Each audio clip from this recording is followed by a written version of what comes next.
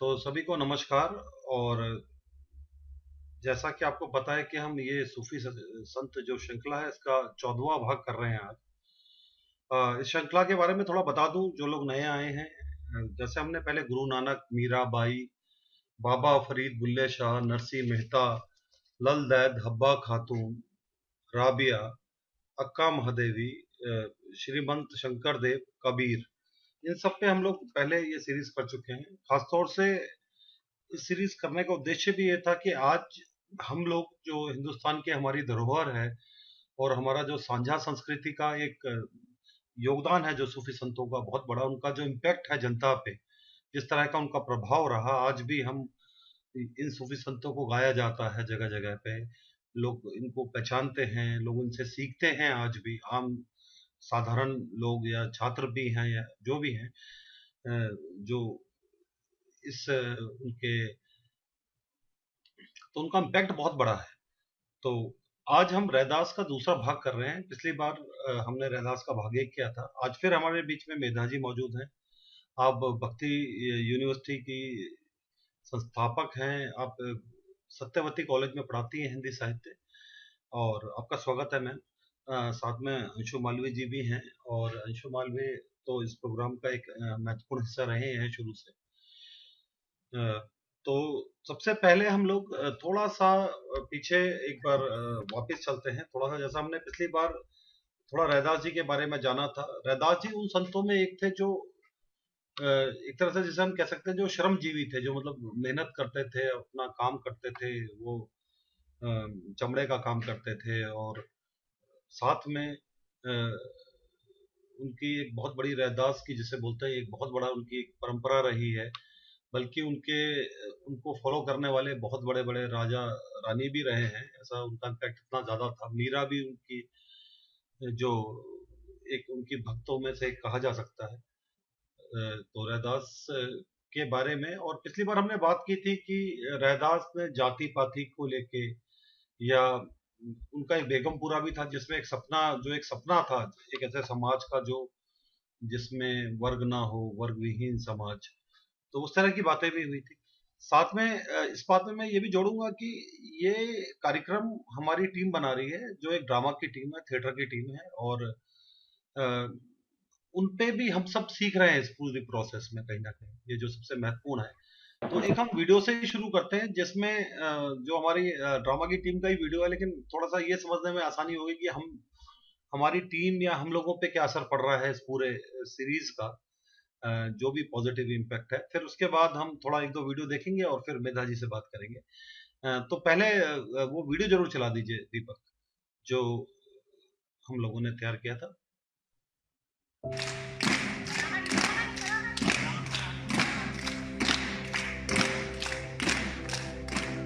आज़ादी। आज़ादी के एक मानी अंतर मन की जागृति भी होती है, और फन, आर्ट या कला इस जागृति की अनुभूति कराती है। ये कैसा बंधन है हमारा कला से कि इससे हम जितना बंधते जाते हैं, खुद को उतना ही आज़ाद करते जाते हैं। थिएटर ने मुझे एक आज़ादी दी है, एक अलग तरह की आज़ादी। तो थिएटर ने मुझे ये आज़ादी दी है कि तुम सब कुछ हो, तुम सभी कुछ हो, तुम्हारे अंदर सब कुछ है, तुम्हें ढूंढने की जरूरत है कि तुम क्या हो। और जिस दिन ढूंढने लगे वो तुम्हें उस दिन मिलता जाएगा। शुरू में ऐसा लगता है कि ये सुसाइड जैसा काम है भाई, क्या यार। वो होते होते रात तक हो ही जाता है। और उसके बाद जो नींद आती है वो बड़ा मजेदार होती है। यहाँ पे कोई पाबंदी नहीं है, पहली बात तो ये है। और कुछ सही और ना कोई गलत है। जो तुम कर रहे हो वो बिल्कुल सही है। कि हम पर्सनल लड़ाई नहीं कर रहे, हम प्रोफेशनल लड़ाई कर रहे हैं कि ये सही नहीं है, इसको सही कर, या इसको दोबारा भेज। टाइम क्यों नहीं दे रहा है भाई, तू कहाँ है तू। ये मुझे बहुत अच्छा लगता है अपनी टीम में। बहुत रिस्पॉन्सिबिलिटी मुझे सिखा दी थिएटर ने। तो मैं सीधा गया, बिना खाली हाथ ही लेके चल गया, और सीधा दे बोला मैंने, मौलवी साहब ये पिताजी ने कपड़े दिए सिलने के लिए, आप सिल दो। तो रजनीश सर ने देखा और बोला, भाई ये कपड़ा तो तू लेके ही नहीं गया। उस दिन सर ने बहुत सुनाया मेरे को। तो उसके बाद से आज तक मैं स्टेज पे एक प्रॉप बोला नहीं हूँ। अभी तक मैं एक प्रॉप नहीं बोला। तो ये रिस्पॉन्सिबिलिटी मुझे सिखा दी थिएटर ने बहुत सही से, कि अगर कुछ काम कर रहे हो तो उसे प्रोफेशनल तरीके से करो, वरना मत करो भाई उसे। जब तुम मेहनत ही कर रहे हो 6 घंटे की, तो वो अच्छे काम के लिए करो। 2018 में मैंने थिएटर करना स्टार्ट किया था पहली बार पर हमें खेलना से। तब से लेके अब तक जो मेरी ऑर्थोडॉक्स थिंकिंग थी बहुत टूट चुकी है। लाइक एज अ फीमेल खुद के लिए कुछ क्वेश्चन मार्क लिमिटेशंस होते हैं, वो भी थिएटर ने तोड़े हैं, बिल्कुल तोड़े हैं। थिएटर ने मेरी फैमिली को मुझ पे वो ट्रस्ट दिलवाया है। मैं 11-11 बजे तक पुरुषोत्तम, साहिल, सिद्धांत वगैरह के साथ शोज देखे हैं मैंने। तो ये बहुत बड़ी बात है मेरे लिए कि मेरी फैमिली मुझे अलाउ कर रही है। हमारे अंदर जो सेक्युलर एक डेवलपमेंट हुआ है, थिएटर ये कर सकता है, तो मैं कहूँगी पूरे इंडिया को थिएटर कराओ। हमें बहुत जरूरत है, हमें दंगे नहीं चाहिए। मुझे थिएटर ने अब गोल दे दिया है। साथ ही हाथ बटाना। किसी काम को करने के लिए जब नेक नियत और मेहनत कश लोगों का साथ मिल जाता है तो फिर उसे अंजाम तक पहुंचाने में क्या देर है। और फिर आर्टिस्ट की सबसे अव्वल जिम्मेदारी है एक दूसरे को एनरिच करना, to bring out the best of one another. और दीपक की एक अच्छी बात पहले मैं बता देता हूँ, फिर मैं अपनी बातें बोलूंगा। और दीपक सबसे सिंपल, और मतलब कभी भी मैंने दीपक के मुंह से ना नहीं सुना। अगर उसको कुछ बहुत पहाड़ से पहाड़ जितना काम दे दो ना, तो भी वो बोलता है कि हाँ मैं कर दूंगा, हाँ कर दूंगा। In the journey of life, alone you can go fast but together you can go far. आप अकेले तेज जा सकते हो, लेकिन किसी के साथ चल के या लोगों के साथ चल के आप दूर तक जा सकते हो। और ये हमारी टीम के साथ क्या कहते हैं, बहुत ज्यादा अच्छी बात हुई है। खुशी भी होती है कि एक सेंस ऑफ अकम्प्लिशमेंट होता है कि सब इतने क्या कहते हैं आगे तक पहुंच चुके हैं। साहिल, पुरुषोत्तम, आदित्य, संजू दीदी के लिए भी मैं बोलना चाहता हूँ कि वो कभी भी अपनी बात, अपनी फीलिंग अपने अंदर नहीं दबा के रखती, वो हमेशा बाहर निकाल देते हैं। जो मेरे को सबसे अच्छी बात लगी और मेरे को मोटिवेट करा उस चीज ने, वो कभी रोकती नहीं है, अपने आप को रोकती नहीं है, बांध के नहीं रखती। टीम ग्रो कर चुकी है और ऐसा नहीं है कि हम ऊंचाइयों पे पहुंच चुके हैं कि इसके आगे कुछ नहीं है। इससे ज्यादा भी ग्रो कर सकती है, हम इससे ज्यादा प्रोफेशनल हो सकते हैं। सब कहाँ थे कहाँ आ गए हैं। छोटे छोटे हुआ करते थे हम लोग और अब इतने बड़े बड़े हो गए हैं। निराली दीदी की एक खास बात मैं बताऊं, मेरे को एक प्रोग्राम याद है, तो उसमें उन्होंने कुछ इंग्लिश में बोला और निराली दीदी ने बिल्कुल भी खौफ नहीं दिखाया कि मेरे को नहीं आया समझ या कुछ नहीं आया। वो हमेशा उनकी आंखों में ऐसा था, यार मैं करूंगी जरूर, चाहे मेरे को चाहे कोई कैसा भी समझे, मैं करूंगी जरूर ये काम। थिएटर ने मुझे बहुत ही बदला है। मैं बहुत लड़ता था, कुछ भी बोल देता था किसी को भी, मगर थिएटर ने वो चीज बहुत बदली है कि अगर तुम किसी को बोल रहे हो तो उसको कैसा लग रहा होगा वो खुद फील करके देखो। तो मैंने वो खुद फील भी करा, यार ये मैं गलत करता हूँ, किस चीज को बदलना चाहिए। बालों के लिए काफी सर ने बोला है कि बाल ऐसे पहनावा जो होता है, मतलब उसके लिए भी बोला है।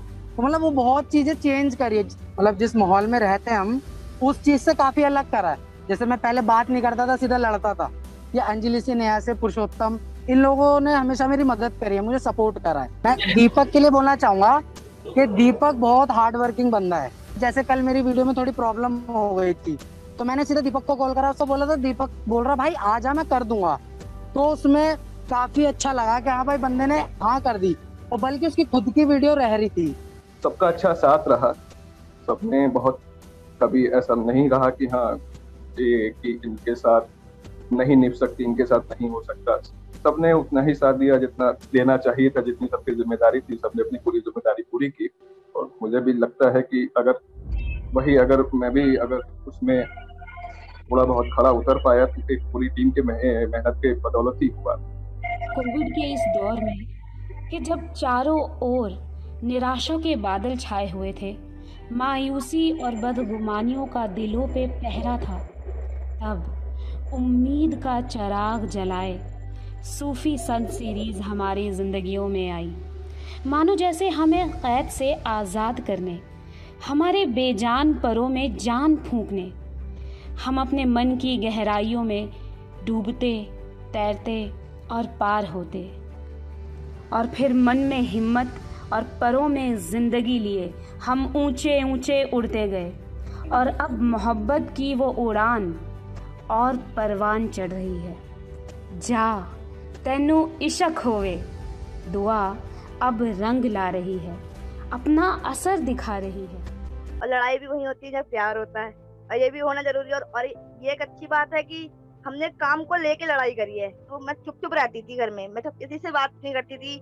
मेरे घर वाले बोलते थे क्या आई, किसी से बोलती नहीं, और चिड़ के बात करती हूँ, किसी से ऐड के बोलती हूँ। मैं बात करती हूँ तो मैं ऐड के बोलती हूँ।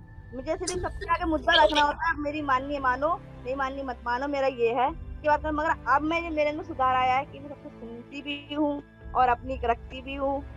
थिएटर ने बोलने की आजादी दी है। अब मेरे बहुत सारे दोस्त हैं, बहुत सारे। अक्का महादेवी, उसके अंदर मैंने सब कुछ मेरा रेडी था, मैंने उनके बारे में पढ़ा था, सब कुछ जाना था। मगर लाने एंड मोमेंट पे क्या हुआ कि मेरा दिमाग क्या नहीं हुआ, मुझे नहीं, उसको भी नहीं पता। मैं वो अभी भी याद करती हूँ, मुझे बहुत गुस्सा आता कि मैंने वो क्या करा। मगर बाद में सर ने मुझे इस बात के लिए बोला कि तूने वो तो छोड़ा, मगर उसके बाद जो तू आगे बढ़ी है ना, वो तूने अच्छा किया कि तू अब इस मीटिंग में बोलती भी है, बात रखती भी है, सब कुछ बताती भी है, पढ़ती भी है।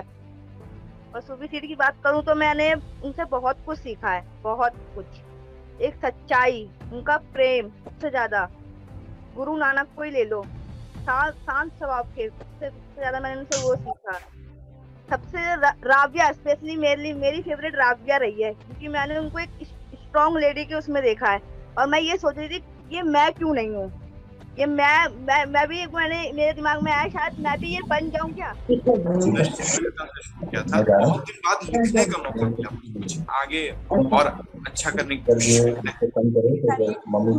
काम कर रहे थे। तो मेरी जो है कॉलेज की वो आई, और बाई चांस क्या हुआ कि वो राबिया पे आ गई। एंड राबिया इज लाइक, सबके लिए ही राबिया तो ऐसी महारत वाला था कि सब लोग बहुत प्राउड है कि हमने राबिया किया है, हमने राबिया किया है। वैसे ही मेरा भी बहुत है। तो ma'am I and she was like कि राबिया के बारे में तो लोग जानते ही नहीं है, लोगों को तो ये नहीं पता राबिया कौन है, लोगों को तो जबान पे नाम नहीं आता। और तुम इस एज में आके, इस टाइम पे जब बच्चे, अभी जब पता है सबको लॉकडाउन चल रहा है और करने को बहुत कुछ है, पढ़ाई पे कोई ध्यान दे नहीं रहा है, बहुत कुछ कर सकते हैं लोग, इंस्टाग्राम चलाओ, रील्स बना लो, जो मतलब अपने इंटरेस्ट परस्यू करते हैं लोग। लेकिन तुम ऐसा काम कर रहे हो जो टीनेजर्स अभी बहुत कम देखने को मिलता है जो कर रहे हैं। तो मेरी मैम बहुत खुश हुई और उन्होंने जब ये बात बोली, मुझे आज भी याद है कि जो मेरा वंडर रूम में पहला झगड़ा था वो साहिल से ही हुआ था। अब सबसे ज्यादा शुक्र की बात यह है वो लड़ता नहीं है, तमीज से बात करता है, आप उससे बात करने में डर नहीं लगता है, सबसे बड़ी बात है ना। इट्स लाइक कि चाकू लगा दूंगा वाला, इसका बहुत चलता था पहले। कलाकार कभी हारने से खौफ नहीं खाते, कभी चोट खाने से डरते नहीं। वो तो फिर उठते हैं, चलते हैं। वो कभी भी कहीं से भी अपनी जिंदगी की शुरुआत कर सकते हैं। कई कहानियां बुनते चले जाते हैं, कदमों के निशान बनाते चले जाते हैं। एक बार हम भारतीय खोज कर रहे थे, 3rd पार्ट, पहली बार में था हमारा एक मत विलास प्रहसन है। तो वो शुरू हुआ और लाइट भाग गई। जैसे मैंने धूम करके आंखें खोली और अंधेरा। पहले तो 2-4 सेकंड समझ नहीं आया हुआ क्या, मैंने अच्छा लाइट चली गई, शांत हो गया मैं भी, क्योंकि ऑडिटोरियम में भी वो पहली बार था कि लाइट गई हो, ऐसा हुआ हो। तो फिर तब भी तो फिर वो लाइट वाला फोन से सब लाइट दिखा रहे हैं। ये मतलब यही चीजें हैं जिससे कॉन्फिडेंस मिलता है परफॉर्म करके। हम क्लाउन टीम है जो हमने परफॉर्म किया था वहाँ, तो बाहर जाके वो एक नया एक्सपीरियंस होने वाला था कि कैसा होगा। वहाँ गए, वहाँ ना हमें देखने के लिए जो बच्चे आए हुए थे वो तो देख ही रहे थे, बल्कि जो भीड़ चल रही थी ना उन्होंने भी रुक के देखा कि हाँ कुछ हो रहा है।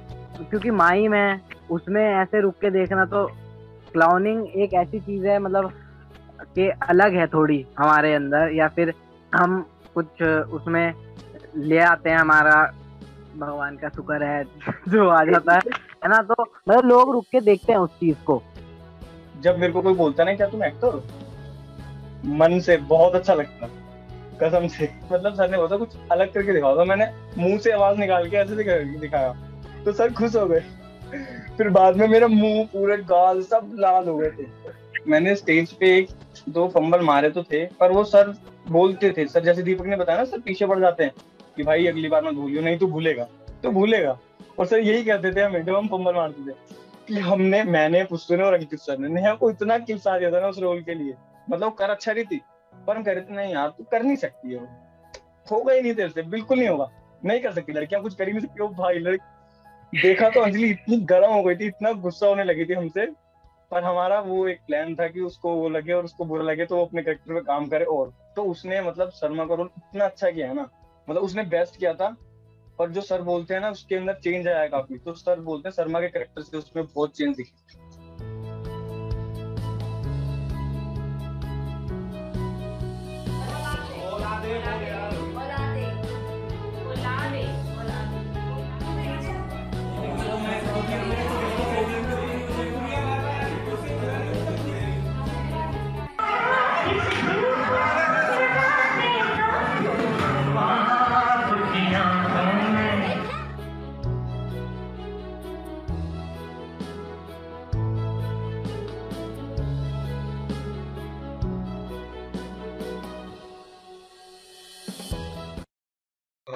ये एक वीडियो था जो चलना बहुत जरूरी था, क्योंकि ये टीम लगातार वीडियोस बना रही है पिछले कई दिनों से।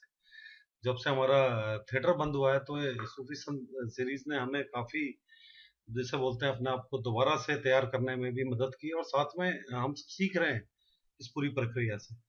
तो एक बार ये वीडियो इसलिए भी दिखाया कि कैसे, कौन टीम है जो ये वीडियोस बना रही है, ये जानना बहुत जरूरी था। तो अभी हम शुरुआत करते हैं। हमने रैदास के बचपन पर एक वीडियो बनाया था पिछली बार, जिसका भाग 1 दिखाया था, तो उसका भाग 2 देखते हैं। हालांकि ये जो मटेरियल मिला है हमें एक उपन्यास से मिला है, जो पूजा ने ढूंढा था उपन्यास। तो एक बार देख लेते हैं वीडियो छोटा सा।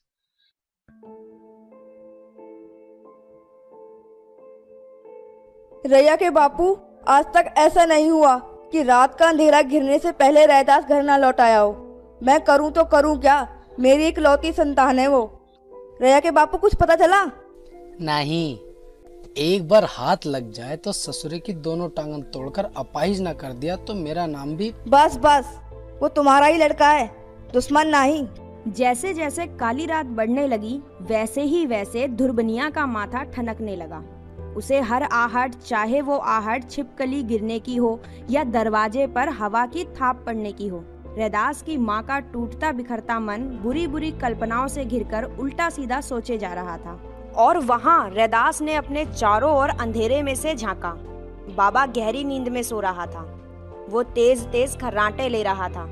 रैदास में अंधेरा फड़फड़ाया, वो उठ बैठा। रैदास को गांव की याद गहराई, फिर घर समा उठा और चेतने आंखें खोल दी और पूछने लगा, किसकी शरण में जा रहा है तू? परमेश्वर को देखकर तू क्या पाएगा? हाँ हाँ, क्या पाऊंगा? मुझे तो अभी तक ये भी ज्ञात नहीं कि मुझे कुछ पाना भी है। तो फिर क्यों शेर के मुंह में हाथ डाल रहा है? तब क्या करूं?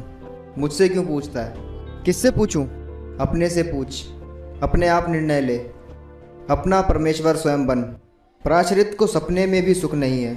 चल उठ, लौट जा। जब आँख खुले तभी सवेरा। धुरबिनिया का स्वर टूट रहा था। तभी दरवाजे पर खटका पड़ा। रघु ने अपने कई मित्रों को दौड़ाया और खुद भी रैदास की खोज खबर में निकल पड़ा। रैदास धीमे धीमे बढ़ता जा रहा था। वो डर डर कर पांव रख रहा था। क्या करे, कहाँ जाए? सारा गांव घोड़े बेचकर सो रहा था। अगर उसने घर के दरवाजे पर दस्तक दी तो उसके पिता सारे गांव को सिर पर उठा लेंगे और एक से बढ़कर एक बातें सुनाएंगे। सब जाग जाएंगे। वैसे भी उसके नाम की चर्चा अब तक हर घर में हो चुकी होगी। राम खिलावन 5 जमात पढ़ा था। सारे गांव में वही सबसे ज्यादा पढ़ा लिखा था। रैदास राम खिलावन की कहानी को महत्व देता था, चाहे वो काल्पनिक हो और कम से कम उन कथाओं से अधिक प्रामाणिक और प्रभावशाली भी है जिन कथाओं से ईश्वर को कुछ लोगों ने अपनी स्वार्थ सिद्धि के लिए मंदिर मस्जिद में कैद कर लिया है। इतनी रात गए, क्या ताऊजी के घर का दरवाज़ा खटखटाना ठीक है? वो क्या सोचेंगे कि मेरा अपना घर होते हुए भी मैं उनके दरवाजे पर आ खड़ा हुआ, और वो भी ऐसी सूरत में जब सारे गांव में मेरे लापता होने की खबर फैल चुकी है। और इससे आगे वो कुछ नहीं सोच सका और उसका हाथ बाहर की कुंडी पर पड़ गया। कौन है भाई? मैं ताऊजी। मैं कौन भाई? नाम तो बताओ। बोलो भाई, कौन है? इतनी रात गए क्यों आना पड़ा? मैं ताऊजी, मैं आपका रैदास। अपना छोरा आधी रात को बाहर खड़ो है और तुम जोड़ बाकी लगाने में मशगूल हो गए हो। रैदास, तुम अंदर आओ। कहाँ चले गए थे तुम रैया? तिहारी बुद्धि मारी गई है क्या? बैठे ठाले सवाल शुरू कर रहे हो। दिखत नहीं? रैया का चेहरा मुरझा रहे हो है। उधर चारपाई पर बिछौना बिछा दियो है, वहाँ जा सो जा। उधर कोई आने जाने वाला नहीं है। रैदास सो गया। उसकी आंख जब खुली तब सूरज काफी चढ़ चुका था। लोग बाग काम धंधे पर जा चुके थे। रैया, तू हाथ मुंह धो ले, चिंता फिक्र मत कर, तेरे ताऊजी जा चुके हैं। कहाँ ताई जी? तिहारे घर। आज पाठशाला की छुट्टी थी। राम खिलावन रघु के घर जा पहुंचा और उसने रघु से पूछा, का कुछ पता चला क्या रघु? नहीं गुरुजी, आदमी भेज दिए हैं, पर कुछ ना कुछ खबर लेकर जरूर आएंगे। देख भाई रघु, अपना रैया एकदम ठीक ठाक लौट आएगा। जेठ जी, तिहारे मुंह में घी शक्कर। मेरे मन में एक सवाल है। ये तो मानकर चलिए कि रैया लौटने वाला है, परंतु उसके लौटने पर आपकी प्रतिक्रिया कैसी होगी? उसे कैसे लेंगे? आपका उसके प्रति व्यवहार कैसा रहेगा? पर कहाँ है अपना रैया नालायक? वह भी मिल जाएगा, पर गुस्से के साथ नहीं रघु। बात यह है कि हमें रैया का पता चल गया है, पर क्या जेठ जी, आपकी बात सर माथे पर। आप जो कहेंगे वही होगा। रैया मिला कहाँ?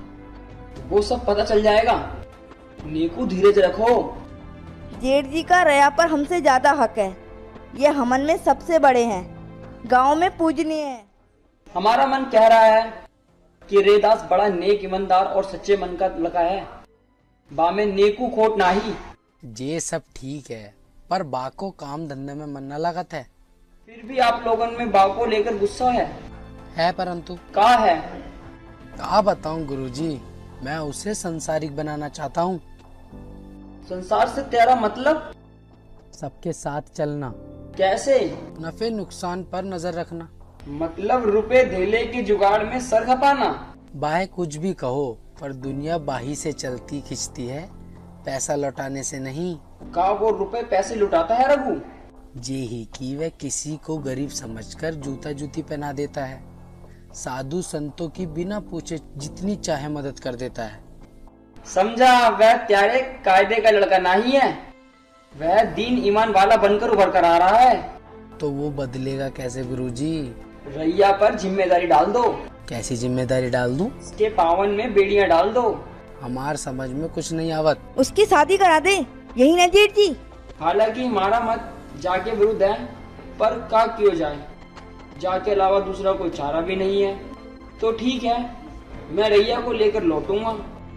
उसकी खोजबीन बंद करवा दो। संध्या होने लगी, रौनक नजर आने लगी, कुछ हलचल बढ़ी। राम खिलावन और कलावती रैदास को उसके घर लेकर पहुंचे। रघु एकदम शांत बना रहा, उसके चेहरे पर तनिक सा गुस्सा नहीं था। अरे रैया बेटे, तुझे देखकर मोहे चैन मिल रहा है। चलो सब पूजा करते हैं। रैदास, तूने लौटकर कितना सही किया। घरवाले आखिर घरवाले हैं, वो मारते तो हैं लेकिन सही के लिए। तुझे अपने जन्मदाता के लिए विनम्र, उदार, श्रद्धा भक्ति से समर्पित होना चाहिए। देर रात को रैदास जागता रहा और नए वातावरण में अपनी जिम्मेदारियों के बारे में सोचता रहा। अब रैदास का मन भी काम धंधे में लगने लगा। आज रविवार था, तिथि माघी पूर्णिमा, शुभ दिन था। दुर्बनिया इस दिन को बड़े मन से मनाती थी। सूर्य भगवान का दिन विश्वनाथ नगरी में बड़े यत्न और मन्नतों के बाद रैया आया था। दाई धूपों ने ही उसका नाम रैया रखा था। वह उसे बड़े प्यार से रैया राव कहती थी। उस समय राजाओं द्वारा अपने सरदारों को ये पदवी दी जाती थी। उस समय रैया का मतलब छोटू से था, राव मतलब राजा, यानी छोटा राजा। तभी दरवाजे की कुंडी बजी। आज रघु बहुत खुश था। खुश दुर्बनिया भी कम नहीं थी। रिश्ता जो आया था।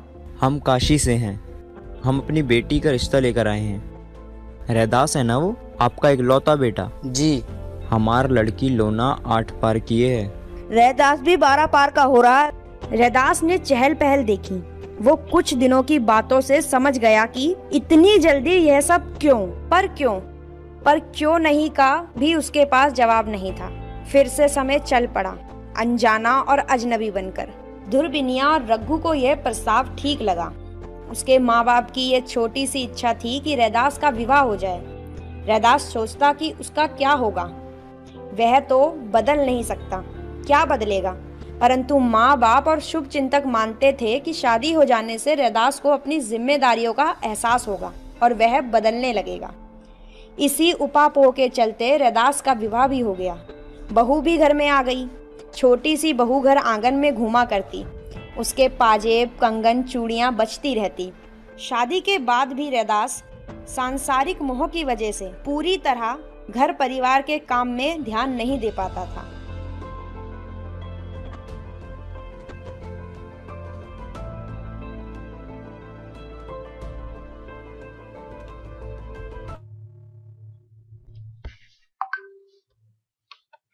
तो ये हमने कोशिश की थी थोड़ा सा एक वीडियो बनाने जो रैदास के जो बचपन का उपन्यास में जिक्र है, बड़ी खूबसूरती से लेखक ने उसको इमेजिन किया है। वही मैं एक वीडियो और हम देखते हैं और उसके बाद मेधा जी से ही बात करेंगे।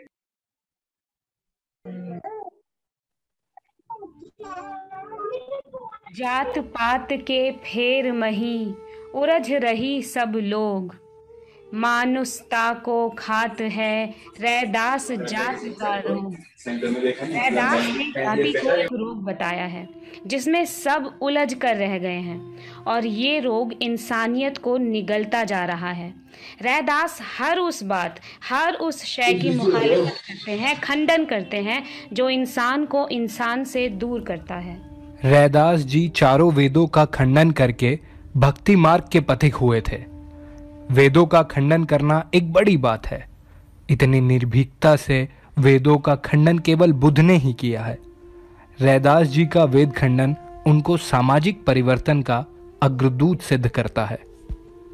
कहाँ ब्राह्मणों की ये शिक्षा कि वेद स्वर्ग का दरवाज़ा खोलते हैं, और कहाँ रैदास की ये चेतावनी कि जो वेदों पर चलेगा वो नरक में जाएगा। कुछ विद्वान आरोप लगाते हैं कि संतों ने वेदों को पढ़े बिना ही उनका खंडन किया, लेकिन सवाल ये है कि क्या वेद सबको आसानी से उपलब्ध थे? क्या वेदों की भाषा से आम इंसान वाकिफ थे? और क्या ब्राह्मणों का ये कहना नहीं था कि वेदों का ज्ञान सिर्फ ब्राह्मणों के लिए है, शूद्रों का वेद पढ़ना धर्म के खिलाफ है? हो सकता है रैदास ने वेदों को ना पढ़ा हो क्योंकि वेद आसानी से आम इंसानों को उपलब्ध नहीं थे, और वेदों के खंडन की ये परंपरा बुद्ध से चली आ रही है, जिन्होंने वेद के ज्ञान का खंडन किया है।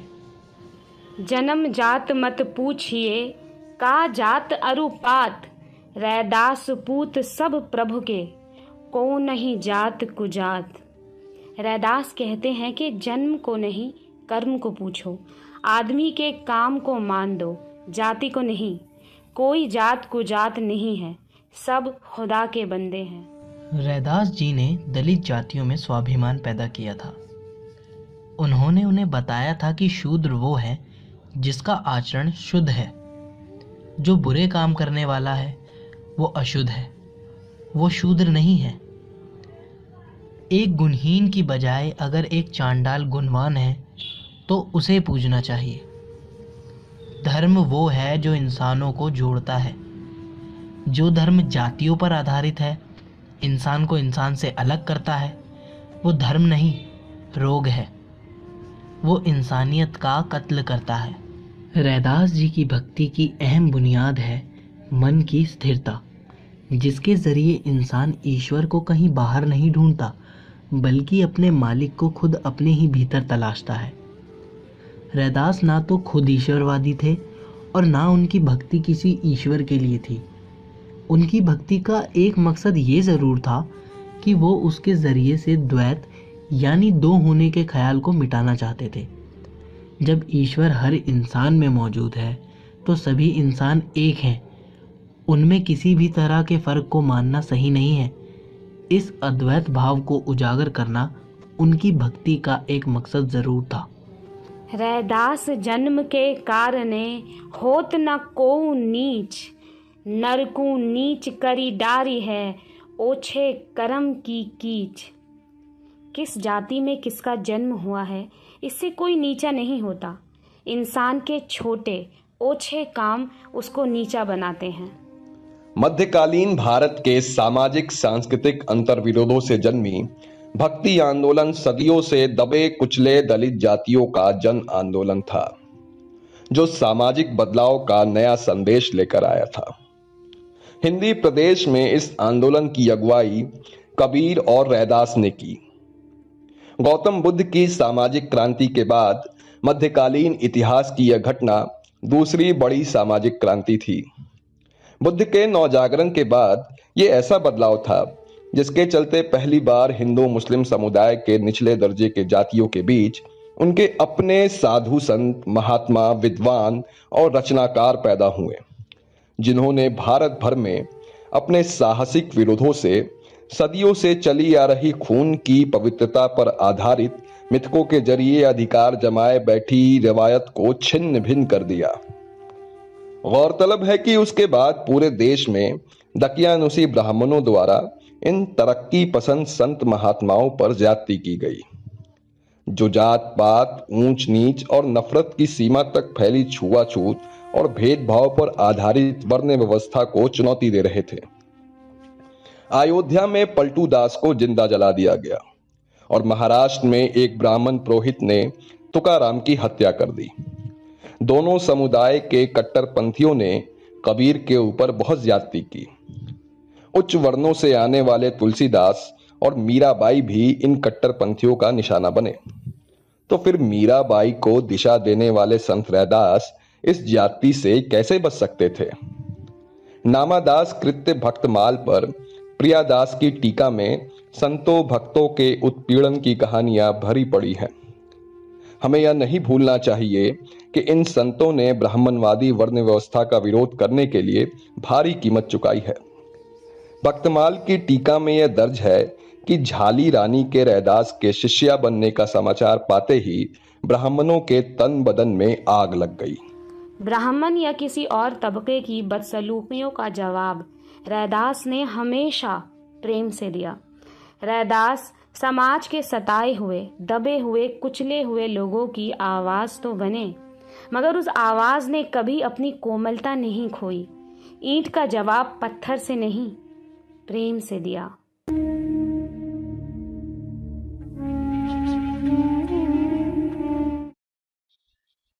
बहुत खूबसूरत वीडियो शाहीन और उनके साथियों की। अब मैं मेधा जी से ज़रूर बात करेंगे। हम मेधा जी हमारे बीच में मौजूद हैं। जैसा कि रैदास का हमने देखा कि जाति को लेकर स्पेशली खास तौर से लेके एक अलग, मैम आपका तो मेधा जी, जैसा हमने देखा कि रैदास का जाति, ऊंच नीच और इन सबको लेके एक रुख भी बड़ा थोड़ा कठोर रहा, लेकिन वाणी जो है कोमल रही हमेशा। तो एक बराबर, जैसे हम बेगमपुरा का भी देखते हैं, आगे उस पे एक वीडियो चलाएंगे, तो उसमें कहीं वो एक सपना ऐसा भी देख रहे हैं जहाँ पे एक जैसा इक्वलिटी हो समाज में। तो थोड़ा रैदास के बारे में बताइए कि उनका कैसे एक अलग वो बन के निकल के आता है, एक अलग रंग निकल के आता है सूफी संतों में। सबसे पहले तो बहुत बहुत शुक्रिया।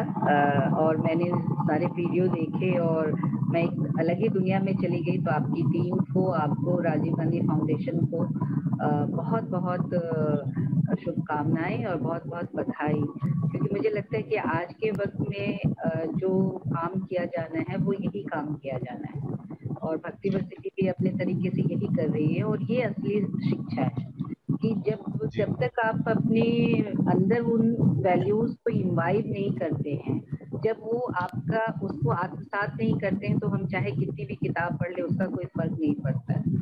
तो अभी के समय की जो हमारी चुनौतियां हैं उसमें आप लोग जो काम कर रहे हैं वो बहुत महत्वपूर्ण है, और इस काम को खूब फैलाया जाना चाहिए। और आपकी टीम से तो मोहब्बत सी हो गई है मुझे, और कभी ऐसा हो कि हम वर्चुअली नहीं मिलके साक्षात भी मिल सके तो बहुत खुशी होगी। और मैं एक तरह से कहूँ तो भाव विवल हो रही थी।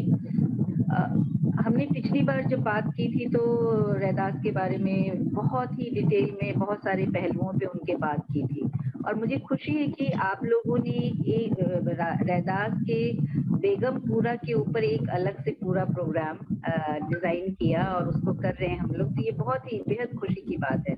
लेकिन मुझे लगता है कि जिस एक छोटी सी कविता को लेके हम यहाँ इकट्ठा हुए हैं, पहले सब लोगों ने, आप लोगों ने पढ़ा होगा, लेकिन उसको एक बार हम अगर उसके टेक्स्ट को पढ़ें और उसके बाद उस पर बातचीत करें और कहाँ से ये एक तरह से वो कौन सी पृष्ठभूमि रही, वो कौन सी परंपरा रही जिसने रैदास को ऐसे स्वप्न का, ऐसे देश की, ऐसे शहर की कल्पना करने का मादा दिया और उनकी कल्पना इतनी उर्वर हो सकी, तो उस पर हम बात करेंगे। तो पहले मैं अगर आपकी इजाजत हो तो वो पद पढ़ती हूँ, बेगमपुरा वाला पद। जी जी बिल्कुल।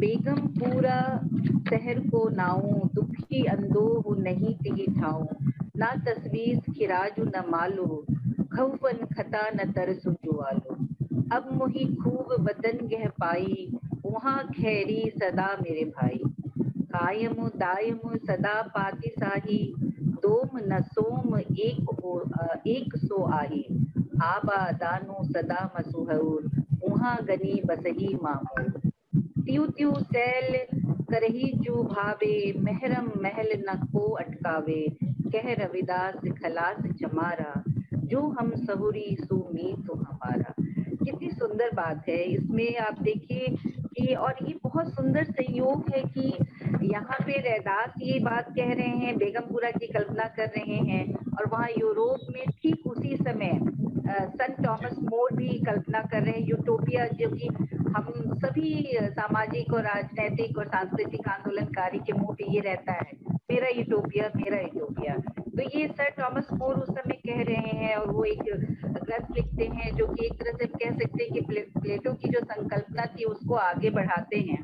और उसमें एक पुर्तगाली यात्री है जो इंग्लैंड और पश्चिमी यूरोप में जो सामंती व्यवस्था से त्राही त्राही मची हुई है उसकी बरस, उसकी तकलीफों से मुक्ति वाला एक स्पेस क्रिएट करते हैं जो एक आइलैंड है, एक द्वीप है। तो बिल्कुल उसी तरह के, और बहुत आश्चर्य की बात है कि या सुखद संयोग है कि बिल्कुल उसी समय में हिंदुस्तान में संत रविदास कर रहे हैं और यूरोप में वो कर रहे हैं। लेकिन ये जो ऐसी दुनिया की कल्पना करना जहाँ किसी तरह का भेदभाव नहीं हो, जहाँ पे खैरियत ही खैरियत हो, खुशियाँ ही खुशियाँ हो, हम क्या काम करेंगे उस काम को चुनने की आज़ादी हो, हम कहाँ जाएंगे कहाँ नहीं जाएंगे, सबके पास आर्थिक समानता हो, समृद्धि हो, किसी भी शासक का अंकुश ना हो व्यक्ति के ऊपर, टैक्स नहीं देना पड़े, आर्थिक गुलामी ना हो। तो कहने का मतलब ऐसा सुंदर तस्वुर जो है वो कौन सी ऐतिहासिक परिस्थितियां रही होंगी जिसके कारण रैदास के भीतर ये पैदा हुआ होगा। तो हम जानते हैं कि सल्तनत काल में जो जिस तरह की का सारा वातावरण था उसका एक उसकी जो मतलब एक शोषण का बहुत ही मजबूत एक तरह से कह सकते हैं कि व्यवस्था बनी हुई थी। तो वो शोषण की जो मजबूत व्यवस्था बनी हुई थी और वो उसकी जो सांस्कृतिक और सामाजिक और धार्मिक निर्मितियां थी, ये सारे के सारे संत कवि उस पे प्रहार कर रहे थे। और वो आध्यात्मिक होते हुए भी उनका ये मानना था कि इसी संसार के भीतर दुख और सुख तय होता है, परलौकिक कुछ भी नहीं होता है, पुनर्जन्म की कोई बात नहीं होती है। तो वो जो एक पूरा शोषण का जो धार्मिक आधार था उसको उन्होंने मतलब चोट पहुंचाने की कोशिश की, उसको तोड़ने की कोशिश की और धर्म की और ईश्वर की नई संकल्पना पैदा की। और वो संकल्पना आप देखिए कि हमने पिछली बार बात की, बहुत सारे पद जो हैं कैसे श्रम की महिमा की बात करते हैं। तो वहाँ जो है रैदास के यहाँ कर्म का सौंदर्य है, श्रम का सौंदर्य है और श्रम ही ईश्वर है उनके लिए, कर्म ही ईश्वर है। तो आखिर ये बात उनके पास मतलब ये इसकी हम एक पृष्ठभूमि देख सकते हैं कि कैसे मतलब आप देखिए कि बौद्ध परंपरा से लेके इधर नाथ सिद्धों की परंपरा तक में उन सब ने एक तरह से कहे कि जो जिसका बेगमपुरा का जो ब्लूप्रिंट बना रहे हैं, फाइनल ब्लूप्रिंट एक तरह से संत रैदास ने बनाया, तो उसकी शुरुआत बहुत पहले से हो चुकी थी।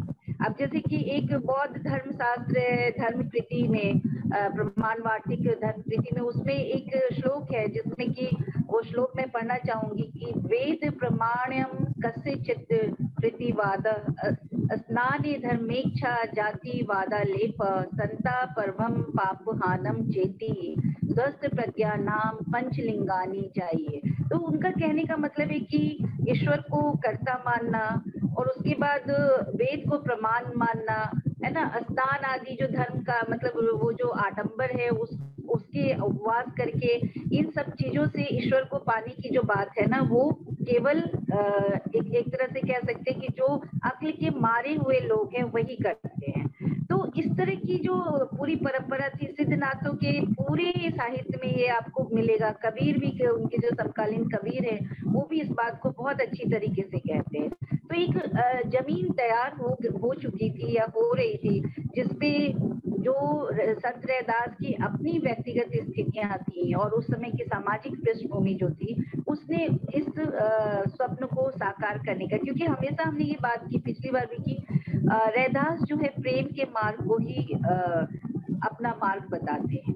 तो रैदास की यहाँ सबसे सुंदर बात यह है कि वो जो बेगमपुरा का स्वप्न देते हैं, वो जो यूटोपिया बनाते हैं, उसको साकार करने का भी उनके पास पूंजी है और ये उनकी सारे साहित्य में और सारे जीवन में अटा पड़ा है।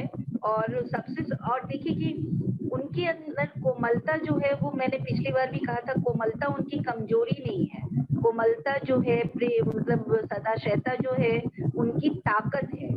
और तभी वो बहुत बहुत धीरे से लेकिन बहुत दृढ़ निश्चय तरीके से कहते हैं कि जो बेगमपुरा के आइडिया के साथ नहीं है वो मेरा मीत नहीं है और जो उसके साथ है वो मेरा मीत है।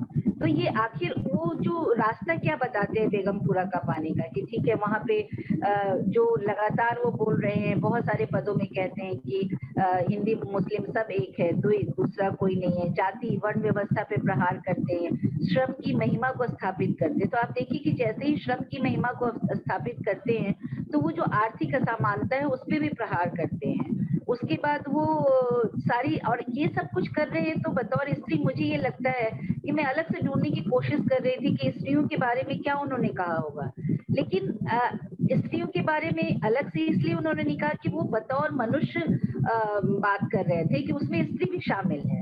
तो जो सारी समानता की बात हो रही है कि काम करने की आजादी होनी चाहिए, कि अगर स्त्री के रूप में मैंने जन्म लिया है तो कोई जरूरी नहीं कि मेरा जो इलाका होगा, मेरा जो कर्म क्षेत्र होगा वो रसोई घर ही होगा और माँ बाप मतलब ये गृहस्थी ही केवल होगी, है ना।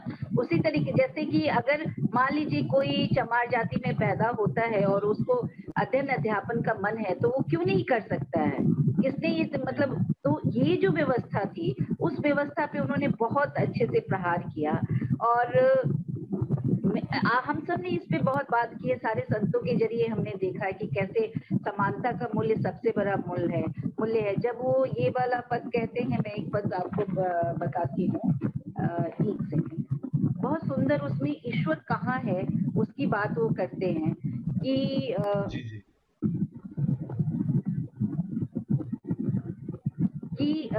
सॉरी श्रम वाला, एक सेकंड,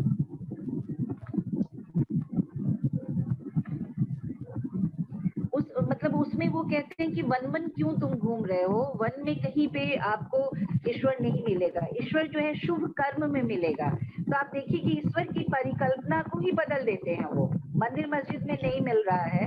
और दुई का जब भेद बोलते हैं कि सब में वही ईश्वर है, तो ये जो गौतम बुद्ध भी कह रहे हैं कि वननेस की जो बात कह रहे हैं, एकत्व की जो बात कह रहे हैं, उस बात को वो मतलब साकार करने की बात कर रहे हैं। लेकिन आखिर हम जो ये बड़ी बड़ी बातें कर रहे हैं कि समता होना चाहिए, जाति धर्म लिंग के आधार पे, भाषा के आधार पे, आर्थिक स्थिति के आधार पे, किसी भी आधार पे कोई भेदभाव नहीं होना चाहिए, तभी वो हमारा बेगमपुरा साकार होगा। लेकिन ये तो थ्योरेटिकल बात है, बिल्कुल थ्योरेटिकल, मैं भी कह दूंगी, आप भी कह देंगे, लेकिन हम सब जानते हैं, हम सब बड़े बड़े लोग जो हम एक स्वप्न देखते हैं, लेकिन जब हम एक सुंदर दुनिया का स्वप्न देखते हैं, लेकिन जब हम उसको साकार करने चलते हैं तो व्यक्तिगत स्तर पे कितनी चुनौतियां आती है। और सबसे बड़ी लड़ाई तो खुद से लड़नी होती है। तो हम जब नहीं बदल सकते तो दूसरा कोई नहीं बदल सकता। तो वो जब ये बात कहते हैं कि ये चाहे ईश्वर की पाने की बात है, चाहे खुद को ढूंढने की बात है, चाहे एक सुंदर जिंदगी जीने की बात है, चाहे बेगमपुरा को साकार करने की बात है, वो तभी हो सकता है जब हम अपने अहंकार का त्याग करेंगे। तो ये अहंकार का त्याग पहला कदम है ना, उसके बिना नहीं हो सकता है। और अहंकार का त्याग करने के बाद जो है वो आपके भीतर करुणा का बीज जो है प्रस्फुटित होता है, फिर उसके बाद आपके पास प्रेम का बीज प्रस्फुटित होता है, और तब जाके एक नई यात्रा शुरू होती है, बेगमपुरा को साकार करने की यात्रा। क्योंकि पर उपदेश कुशल वो तेरे, आप देखिए कि झूठ बोलना बचपन से हम सबको सिखाया जाता है ना, झूठ बोलना गलत है, पाप पुण्य का कैटेगरी तो मैं नहीं ला रही हूँ कि गलत है, दूसरों को तकलीफ देना गलत है, कुछ भी ऐसी जितनी सारी बातें हैं, लेकिन हो क्यों नहीं पाता है। हम गांधी को याद करें कि गांधी जब वो गुड़ खाने वाली जो कहानी है ना, कि एक माँ आती है और वो शिकायत करती है कि मेरा बेटा बहुत गुड़ खाता है, तो वो बोली तुम अगले बुधवार को आओ। वो अगले बुधवार को अपने बेटे को लेके आती है, तो गांधी जी कहते हैं उससे कि बेटा तुम गुड़ मत खाया करो। तो उनकी माँ कहती है इसमें क्या बात हो गई, आपने तो ये बात तो आप पिछले बुधवार को भी कह सकते थे। तो उन्होंने कहा कि कैसे कहता मैं, तब तक तो मैं ही खुद बहुत गुड़ खा रहा था। तो ये जो है मतलब कहने, रहने और करनी में, दोनों में जो एकत्व है वो संत कवियों की सबसे बड़ी ताकत है। और श्रम की महिमा और वहीं से आती है, जो सारे वैल्यूज जो हम बेगमपुरा में देख रहे हैं वो सारी वैल्यूज वहीं से आती है, जब हम अपने अहंकार को तिरोहित करते हैं, जब हम अपनी श्रम की महिमा में विश्वास करते हैं, और जब अहंकार तिरोहित होता है तो ईर्ष्या, द्वेष, कंपटीशन, ये सारी चीजें खत्म होती हैं। अहंकार ही उसका मूल है, जब उस पे प्रहार होता है वो खत्म हो जाता है, तो फिर उसके बाद जो है वो प्रेम और करुणा के लिए स्पेस बनता है। वो घट खाली होता है, अहंकार से जब घट खाली होता है तो असल में वो प्रेम प्रस्फुटित होता है। और मुझे लगता है कि only love can change the world. हम हजार बातें कर रहे हैं, आप देखिए ना, मतलब कोई नई बात तो नहीं है ना, कब से सारे सामाजिक राजनीतिक आंदोलन फेल होते आ रहे हैं, कुछ करते हैं कुछ फेल हो जाते हैं। तो कहने का मतलब कि विचार की एक सीमा है, विचार जरूरी है, लेकिन विचार जो है प्रेम के बिना, भाव के बिना वो निरंकुश हो जाता है। तो बार बार मैं क्यों कह रही हूँ कि रैदास के पास वो कोमलता है जिसके कारण करुणा है, प्रेम है, और वही उनका उपकरण है। अब उसके जरिए उन्होंने अगर को ईश्वर में उनको जो उनका राम है, जो निर्गुण राम है, उसको पाने का माध्यम भी वो बनता है, और संसार में जो परिवर्तन का वो एक तरह से इंस्ट्रूमेंट बन पाते हैं, तो वो भी उसी कारण हो पाता है। तो मुझे ये लगता है कि सारी चीजें जो हैं वो उसको इस तरफ जानी चाहिए। और आप लोग जो काम करें वो शिक्षा व्यवस्था की एक तरह से जो शिक्षा व्यवस्था में मिसिंग है उसको आप कर रहे हैं। और उसमें जब आप लोग ये वीडियो बनाते हैं तो जो सेकुलर इथोस ला रहे हैं, तो सेकुलर इथोस के साथ साथ वो ऐसे नहीं आ सकता, उसके लिए बहुत अनलर्निंग करनी पड़ती है, क्योंकि आप एक तरफ से अनलर्निंग करनी है आपको और एक तरफ से न्यू लर्निंग कर रहे हैं।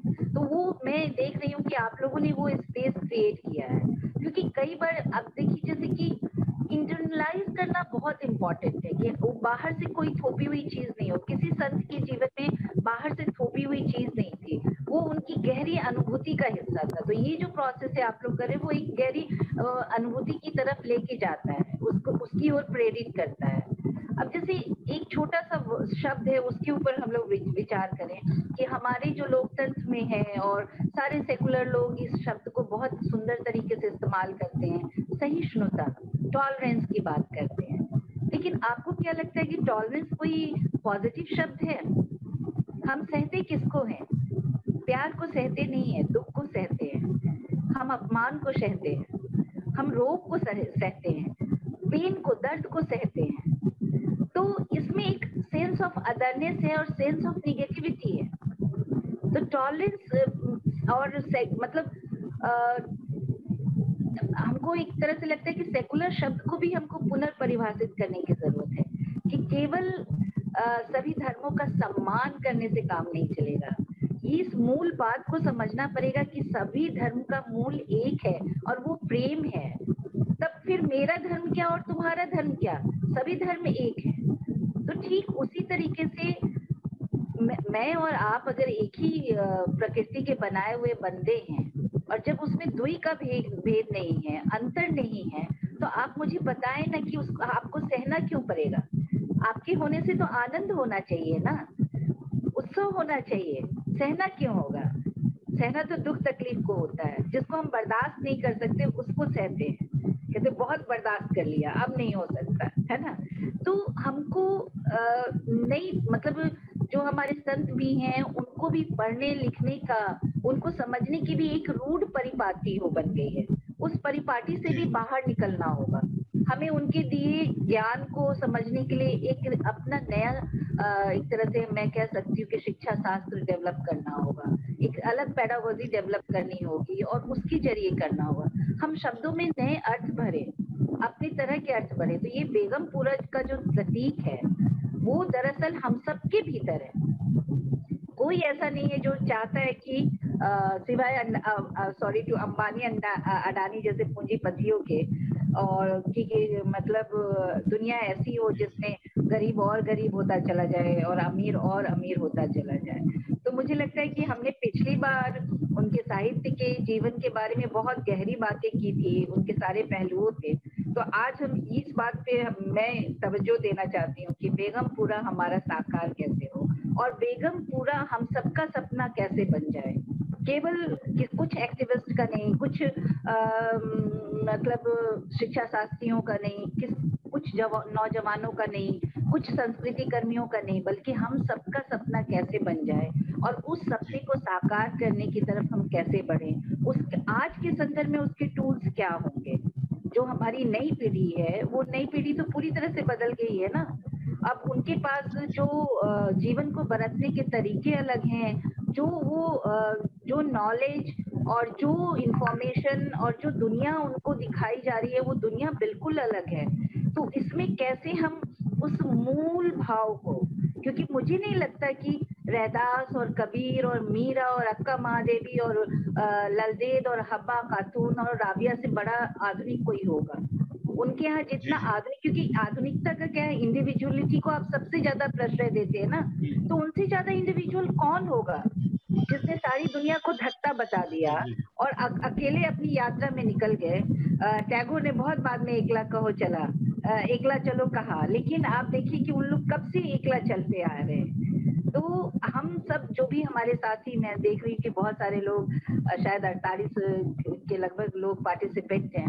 तो मित्रों, मैं आप लोगों से यही कहना चाहूंगी कि ये जो आप कर रहे हैं, या हम संत रविदास के पे प्रोग्राम बना रहे हैं कुछ भी, तो उसको केवल एक प्रोजेक्ट के रूप में नहीं कीजिए, उसको अपना जीवन बनाइए और देखिएगा आप जब इसको अपना जीवन बनाएंगे ना, तो आपका जीवन भी खूब खुशबूदार होगा, खूब खुशियों से भरा होगा, खूब कामयाबी होगी। क्योंकि इसमें कोई दो राय नहीं है कि जब हम सच्चाई के मार्ग पे, अच्छाई के मार्ग पे, प्रेम के मार्ग पे चलते हैं, तो चाहे शुरू में बहुत दुख तकलीफ हो, लेकिन थोड़ी सी परेशानियां आ जाए, आसानी परेशानी हो जाए, लेकिन अंततः हम खुद एक खुशबू का दरिया बन के, एक रोशनी का दरिया बन जाते हैं। और मुझे लगता है कि जीवन में ऐसा हो जाने से ज्यादा आनंद का कुछ भी नहीं है। ये आप खुद भी मोमेंट्स में एक्सपीरियंस करते होगे। आप सबने कहा राबिया राबिया, ऐसे तो तुम देखो इतना प्रभावित हो गए आप सब लोग राबिया से। राबिया का खुद का जीवन देखो कितनी मुश्किलों से, लेकिन उससे तुमको आज 1300 साल बाद आप सबको इतनी खुशबू मिल रही है। तो हम भी ऐसा दरख्त, रोशनी का ऐसा दरख्त, प्रेम का ऐसा दरिया, खुशबू का ऐसा दरिया क्यों ना बन जाए कि आज से 1500 साल बाद भी कोई आपके जैसा युवा हमें छूने की कोशिश करे, हमारे जीवन के पास आने की कोशिश करे, तो वो खुद एक प्रेम का दरिया बन जाए, वो एक खूब खुशबू का दरख्त बन जाए। तो इससे बेहतर जिंदगी क्या हो सकती है। तो रैदास हमको यही सिखाते हैं। तो हमको रैदास के बेगमपुरा को अपनी अभिप्सा, अपना एस्पिरेशन बनाना होगा, क्योंकि ये बात बिल्कुल सच्ची है कि अकेला व्यक्ति कभी खुश नहीं हो सकता। आपकी खुशी अकेले की नहीं होती है, वो समष्टि की खुशी होती है। आप देखिए ना, परिवार में अगर एक आदमी दुखी है तो आप चाहे कितना भी नाटक करें खुश रहने का, अंतर से आपको कभी खुशी नहीं मिलेगी। माँ बाप अगर अपने बच्चे को डांट देते हैं तो जब तक उसको एट ईज नहीं कर लेंगे तब तक उनकी बेचैनी रहती है। ऐसे ही बच्चा कुछ करके आता है तो जब तक माँ बाप के साथ एक हारमोनियस वो नहीं हो जाता है तब तक उसको परेशानी होती है। तो ऐसे ही ये पूरा जगत एक परिवार है। तो ये कैसे हो सकता है कि हम गांधी के उस जंतर को याद करें? वो बहुत महत्वपूर्ण है, हमको हमेशा याद रखना चाहिए कि जब भी कोई फैसला करना हो और तुमको दुविधा में हो तुम, तो याद करो कि तुम्हारा जो आखिरी व्यक्ति है उसके जीवन को कैसे प्रभावित करेगा तुम्हारा ये फैसला। तो ये कुछ बातें हमारी परंपरा जो आप लोग कोशिश कर रहे हैं, मतलब पुरानी परंपरा से लेके आज तक आधुनिक युग तक की परंपरा इतनी समृद्ध है, इतनी सुंदर कथाएं हैं, क्योंकि उसकी खुशबू को लेना, अपने अभी के बर्तन को खाली करके उसकी खुशबू को अपने अंदर समेटना, उस रोशनी को समेटना, इससे सुंदर काम कोई नहीं हो सकता। और दरअसल शिक्षा व्यवस्था का काम ही यही है। लेकिन आज हमारे घर की परवरिश में, हमारी शिक्षा व्यवस्था में, चाहे वो प्राइमरी एजुकेशन हो, हायर एजुकेशन हो, कहीं भी सब कुछ मिसिंग है। जो मूल और मुझे लगता है कि स्टेटस को बनाए रखने की कोशिश है। तो हमको एक बहुत बड़ा मूवमेंट बनाना चाहिए कि ऑल्टरनेटिव प्लेटफॉर्म्स का, जो कि आप कर रहे हैं, जो कि भक्तिवर्सिटी कर रही है, कि हम जहाँ हो, अपने झुग्गी में हो, अपनी जो मतलब फ्लैट में हो, कहीं भी हो, वहाँ पे एक ऐसा छोटा सा बना ले स्पेस जहाँ पे हम अनलर्निंग कर सकें कि अभी तक जो बताया गया, औरत मर्द का अंतर बताया गया। अभी मैं अपने बच्चों को पढ़ाती हूँ, अभी हमारा पेपर है अस्मितामूलक विमर्श का। तो हम डे टू डे लाइफ में जो हम खुद आज भी देख रहे हैं, आज भी घरों में बर्तन अलग होते हैं। हम संत रैदास को तो पढ़ रहे हैं, लेकिन संत रैदास की कम्युनिटी का कोई बंदा आ जाए तो ज्यादातर 80% आज भी घरों में उनके लिए अलग बर्तन इस्तेमाल किया जाता है। उनको चाय जरूर पिलाया जाएगा। मैंने अपने विद्यार्थियों से ये बात पूछी, उसमें से 80% लोगों ने ये बोला कि हाँ मैम, हमारे यहाँ बर्तन अलग ही है। तो कहने का मतलब कि हम संत को बात कर रहे हैं, लेकिन मतलब हम अपने जीवन में छोटे छोटे परिवर्तन करें। हम सवाल उठाएं कि अब तक जो परंपरा आती रही है वो बहुत हुआ, लेकिन अब नहीं होगा। अब हम किसी तरह के भेदभाव को बर्दाश्त नहीं करेंगे, चाहे वो जेंडर के आधार पे हो, चाहे जाति के आधार पे हो, चाहे धर्म के आधार पे हो। तो इस बात को समझना, उसको इंटरनलाइज करना, और ये सबसे सुंदर रैदास जी से हमको यही सीखना है कि कोमलता के साथ, प्रेम के साथ, करुणा के साथ करना है। क्योंकि हम जब अपोज करते हैं ना, और मतलब उसको अदर मान के जब विरोध करते हैं, तो वो फिर टेम्पररी चेंज होता है, परमानेंट चेंज वो नहीं होगा। जो हम आंतरिक रूपांतरण की बात करते हैं, हम सोचिए तो गौतम बुद्ध के कहने पे ही उंगली मार कि मैं तो ठहर गया, तू कब ठहरेगा। वो इतना बड़ा पापी, इतना बड़ा खूंखार हत्यारा, गौतम बुद्ध के एक वाक्य कहने पे वो कैसे ठहर गया। तो आप वो समझ सकते हैं, गौतम बुद्ध की जो रोशनी होगी, उसका जो प्रकाश होगा, उसका जो औदात्य होगा, वो कहाँ किस तरीके का होगा, जो कि एक वाक्य से उसका पूरा जीवन रूपांतरित हो गया। तो कहने का मतलब कि हमको अगर ऐसा कुछ करना है तो हमको Gautam Buddha in the sense की जो पाखंड है, जो हमारे समाज की हिपोक्रेसी है, कि हम फेसबुक पे और किताबों में और भाषणों में बहुत सारी जेंडर इक्वलिटी की बात करेंगे, इवन कि करके और घर पे आएंगे तो अपनी पत्नी के साथ कैसे बरतेंगे, ये देखने का सवाल है। अब दलित पुरुष भी आएंगे तो बाहर नारा लगाएंगे कि भैया दलितों का मतलब के साथ अन्याय हो रहा है, लेकिन वो जब घर में आएंगे तो अपनी स्त्रियों के साथ क्या करते हैं, वो फिर उसी पेट्रियार्कल स्ट्रक्चर में करते हैं। तो नई पीढ़ी से, आप लोगों से मुझे बहुत उम्मीद है कि जितनी भी जो ये कथनी और करनी का जो भेद है उसको खत्म करना, जो हिपोक्रेसी है उसको खत्म करना, इस पाखंड को खत्म करना कि ठीक है हम मनुष्य, हमारे मनुष्य होने की सीमा है। आज हम ये कर पा रहे हैं, आज हम कुछ गलत कर पा रहे हैं, कहीं कमजोर हो पा रहे हैं, लेकिन कल हो के नहीं है कि हो सकता है कि हम अपनी यात्रा में आगे बढ़े तो बिल्कुल ट्रांसफॉर्म बीइंग हो। तो हमको ये समझने की जरूरत है कि जो हम अभी हैं वही कहें, और जो कर सकते हैं वही कहें। और इस तरह से धीरे धीरे छोटे छोटे बदलाव के साथ आगे की ओर बढ़े और श्रम की महिमा को समझे, प्रेम और करुणा की महिमा को समझे और कोमलता को समझे, भाव का सम्मान करें, क्योंकि विचार केवल जो है उसकी सीमा है। विचार के साथ जब हाथ में हाथ मिला के या कह के विचार और भाव की जब ब्याह होता है ना, तभी कोई असली बदलाव होता है, परिवर्तन होता है। तो ये बहुत जरूरी इस बात को समझना, ना ही हम विचार को हावी होने दें, ना ही हम भाव की अवहेलना करें, क्योंकि अंततः प्रेम का जो भाव है ना, उसमें फिर कहना नहीं पड़ता। आप जब प्रेम में बहते हो ना, तो कहना नहीं पड़ता किसी को कि आप ये करो, सीधे सीधे आपके भीतर से वो आवाज आती है। और जिस दिन आप ऐसा कर लेते हो, उस दिन कोई भी बात जीवन की जो है ना, उसमें असौंदर्य नहीं रहता है, तब आप सत्यम शिवम सुंदरम की ओर बढ़ जाते हो। तो मुझे आप सबसे यही कहना था, और हमारे भी मतलब हमारे भीतर रहदास समाये रहें और हमसे बातें करते रहें, अपनी चेतना में पूरी तरह से मौजूद रहें और हमें अपना इंस्ट्रूमेंट बनाएं, ये सारे जो हमारे पुराने संत हैं, कि उनके सपने को हम आज के समय में साकार कर सके, यही मैं कहना चाहती हूँ। जी जी, बहुत बहुत धन्यवाद और बहुत अच्छा लगा आपको सुन के। और मुझे पक्का पता है कि जो हमारे युवा साथी हैं उनको बहुत आपकी बातों से दोबारा सोचने का, रीथिंक करने का भी एक मौका मिला हो। बहुत बहुत धन्यवाद। और आपका प्रोग्राम भी, स्पेशली जो आपके प्रयास हो रहे हैं भक्ति यूनिवर्सिटी, उसके लिए बहुत बहुत मुबारक। और मैं सभी साथियों को बोलूंगा जुड़े हैं उस प्रोग्राम से। आप प्लीज आप लोग आइए, हम लोग हर शनिवार को करते हैं और भी मतलब मुझे बहुत खुशी होगी कि हम लोग साथ में मिलके कुछ करें।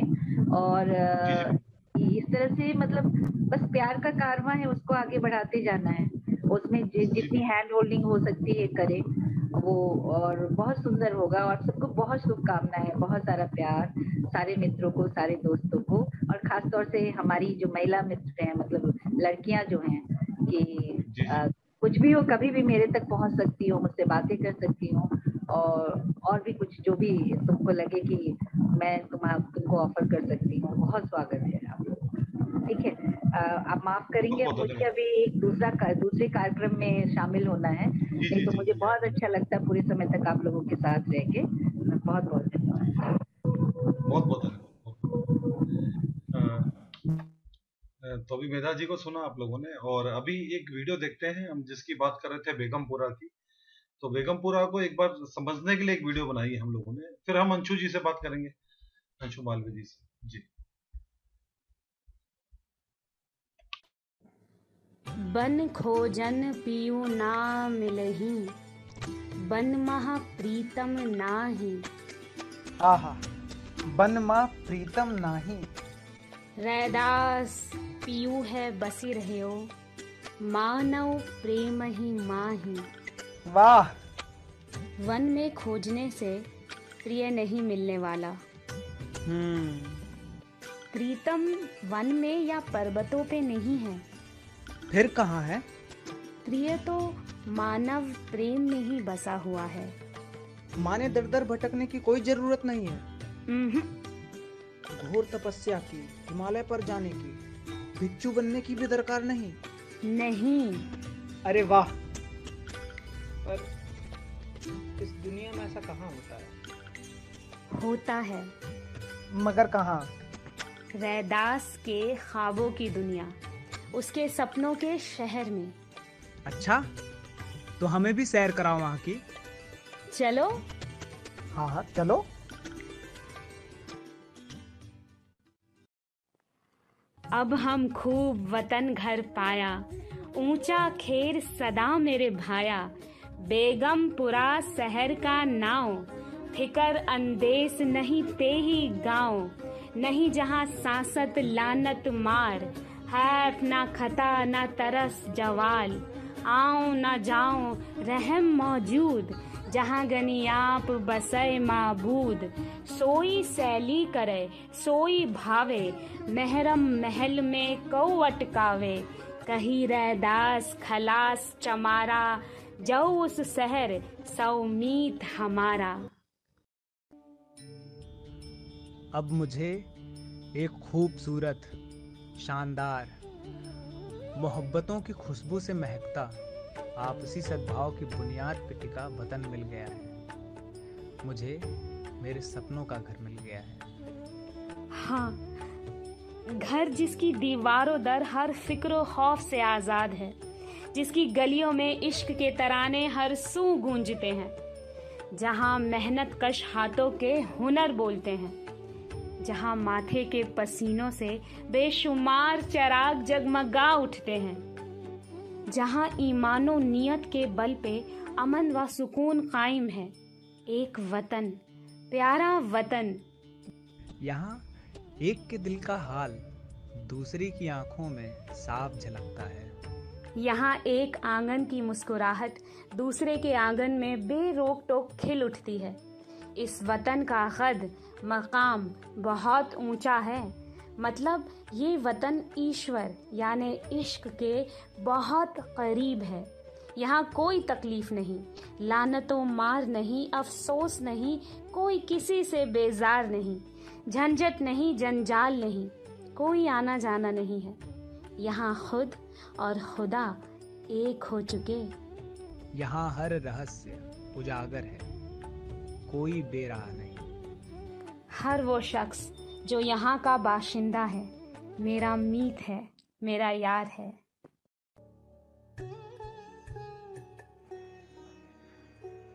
बेगमपुरा शहर को नाऊ, दुख अंदोहु नहीं तिहि ठाऊ। ना तसवीस खिराजु न मालू, खौफ न खता न तरसु जवालू। अब मोहि खूब वतन गह पाई, उहाँ खैर सदा मेरे भाई। कायमु दायमु सदा पतिसाही, दोम न सेम एक सो आही। आबादानु सदा मशहूर, उहाँ गनई बसही मामूर। त्यू त्यू सैल करे जीव भावे, मरहम महल न को अटकावे। कह रविदास खलास चमारा, जो हम सहरी सुमीतु हमारा। जो हम सहरी सुमीतु हमारा।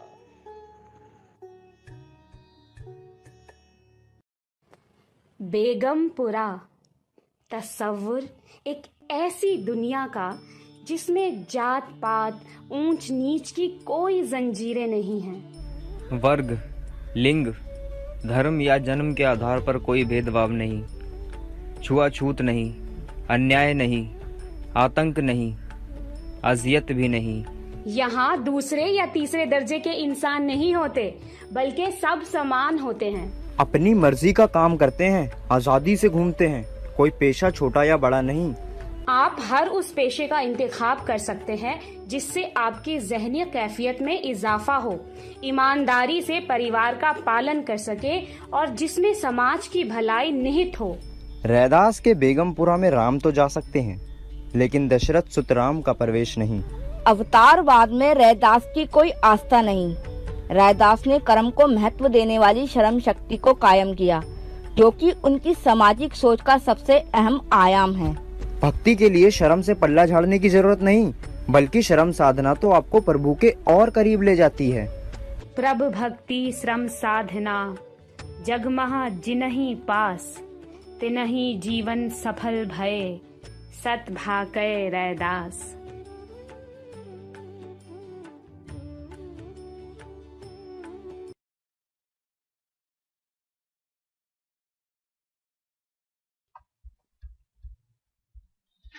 बहुत खूबसूरत वीडियो बनाई शाहीन और टीम ने और बाकी सभी साथियों ने। अंशु मालवी जी मौजूद हैं बीच में। अंशु जी, रैदास को लेके आज बहुत अलग अलग बातें भी हो रही हैं, हम देख रहे हैं, सुनने में भी आती हैं।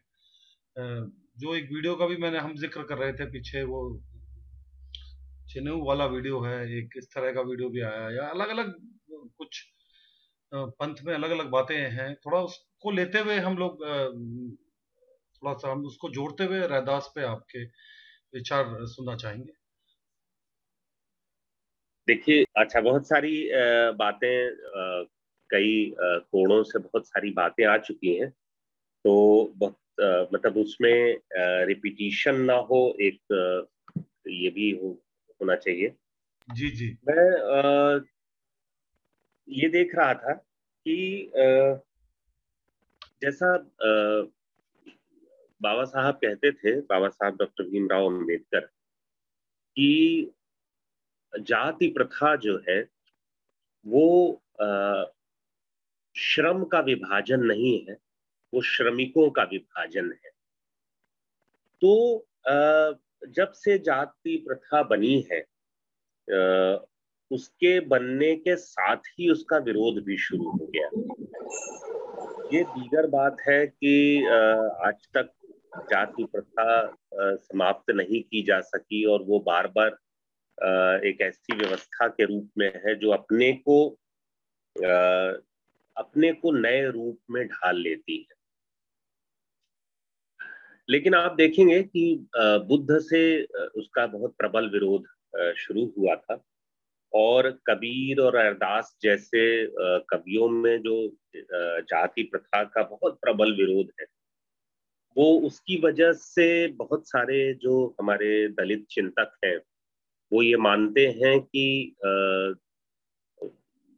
रैदास और कबीर जैसे संत महात्मा वो बौद्ध परंपरा से आते हैं, बल्कि कुछ तो इस सीमा तक जाते हैं कि उनको बौद्ध ही कहते हैं। अब इसके तफसील में जाने का तो ये वक्त नहीं है कि इन बातों को कैसे इंटरप्रेट किया जाए, कैसे समझा जाए। लेकिन आप देखिए कि जाति प्रथा का एक मुख्य जो वैचारिक आधार है वो श्रम के प्रति हमारा दृष्टिकोण है। बहुत सिंपल सी बात है। आज जब ये कह रहे हैं कि जाति प्रथा को समाप्त होना चाहिए, तो जाति प्रथा तब तक समाप्त नहीं हो सकती जब तक गांधी जी जिस बात को कहते थे कि हर व्यक्ति अपना काम अपने हाथ से ना करे। अगर आप समाज में एक तबका सफाई कर्मचारियों का बनाते हैं, एक कूड़ा पैदा करने वालों का तबका है और एक सफाई करने वालों का तबका है, तो आप जाति प्रथा समाप्त नहीं कर सकते हैं। ये तभी समाप्त हो सकती है जब हम जो कूड़ा पैदा कर रहा है वही उसका निस्तारण भी करें। तो श्रम के प्रति हमारा दृष्टिकोण क्या है? अगर आप देखें तो एक बड़ी मशहूर किताब आई थी, बहुत बड़े चिंतक हैं हमारे वक्त के, प्रोफेसर कांचा अलैया। तो प्रोफेसर कांचा अलैया की किताब आई थी हमारे समय में श्रम की गरिमा। तो वो एक नए तरीके से इंटरप्रेट करते हैं। 4 मुख्य पेशों को उन्होंने लिया है, चमड़े का काम करने वालों को, कपड़ा धोने वालों को, और उन्होंने बढ़ई लोगों को, इस तरह करके, मैं एक भूल रहा हूं कि इन्हीं 4 पेशों को उन्होंने लिया है और उन पेशों में ये दिखाने की कोशिश की है कि ये पेशा करने वाले ही लोग आधुनिक विज्ञान के जनक थे। जो विज्ञान की पैदाइश कुछ तपस्वियों, ऋषियों और ब्राह्मणों को वो कर दी गई है, उनके नाम चढ़ा दी गई है, ऐसा नहीं है। इनके जो वास्तविक जनक हैं वो ये मेहनत कश लोग हैं, मेहनत करने वाले लोग हैं। कैसे? तो उन्होंने उसको इस तरह से बताते हैं कि जो चमड़े का काम करने वाले का समाज था, वही वो 2 तरीके से 2 विज्ञानों को जन्म दे रहा था। एक तो शरीर विज्ञान को वो जानता था, सीधे वो चमड़ा उतारते समय, जानवरों को काटते समय उनके अंदर क्या अंग हैं, उनकी शरीर की बनावट कैसी है, उसमें अंदर क्या तंत्र है, इसको जानने की कोशिश करता था। और साथ ही ये जानने की कोशिश करता था कि ये जो चमड़ा है इसको साफ करके इस्तेमाल लायक कैसे बनाए, इसका ट्रीटमेंट कैसे करें। तो एक तरफ वो मेडिकल साइंस की तरफ हाथ बढ़ाता था और दूसरी तरफ वो रसायन विज्ञान की तरफ, यानी केमिस्ट्री की तरफ वो अपना हाथ बढ़ाता था। लेकिन एक सीमा के बाद जाके उसका ज्ञान अवरुद्ध हो जाता था, क्योंकि उसको इसके आगे यानी इसको पढ़ने, इसको थियराइज करने, इसको दूसरों को सिखाने इसका अवकाश या इसका हक नहीं था उसे। तो ये सारे विज्ञानों के जनक कांचालैया साहब बताते हैं कि कैसे ये दलित जातियों के लोग थे। और ये हमें देखना होगा कि श्रम के प्रति, चाहे वो कबीर हो, बाबा नानक हो, रैदास हो, सबका एक खास नजरिया है। वो श्रम की गरिमा को इस्टेब्लिश करते हैं, यानी हाथ से काम करना यानी अपने लिए अपनी रोटी खुद कमाना।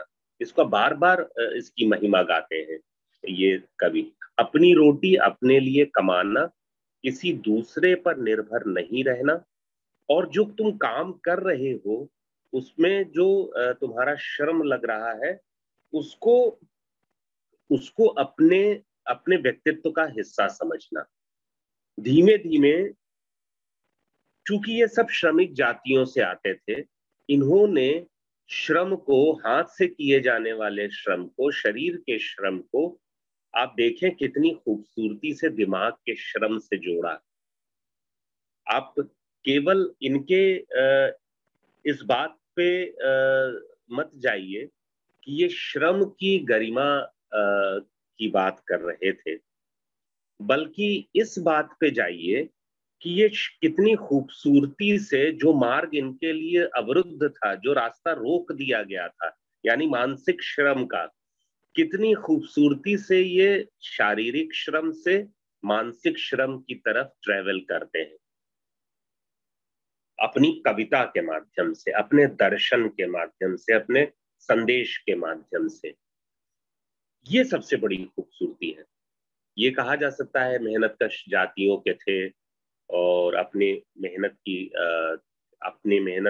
से रोटी कमाते थे और उसकी महिमा गाते थे।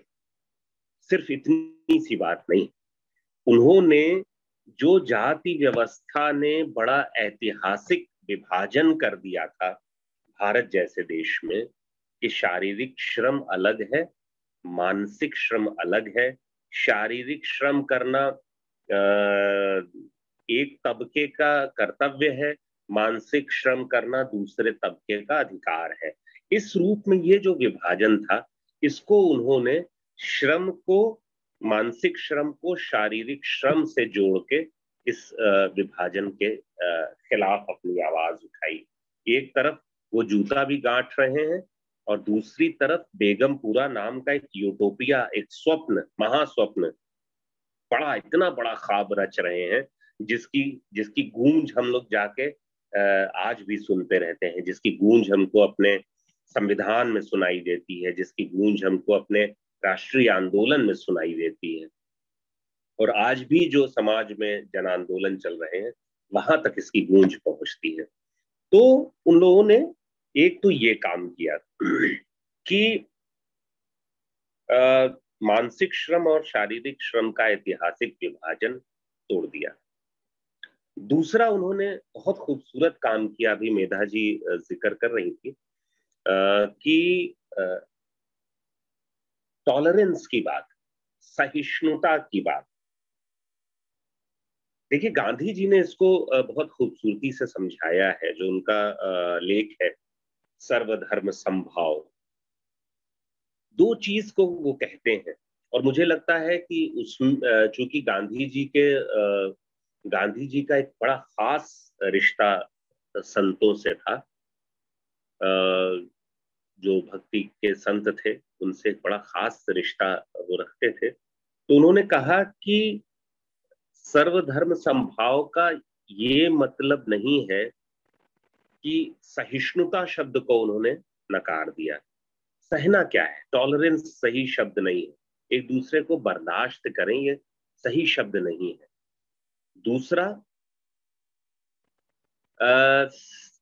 ये भी सही नहीं है कि हम सब धर्मों का समान आदर करते हैं, ये भी बात सही नहीं। इसमें भी आदर है, दूरी है। गांधी जी एक तीसरी बात कहते हैं और उसे मैं इन संतों से जोड़ के और अपनी बात समाप्त करूंगा, वक्त भी काफी हो गया है।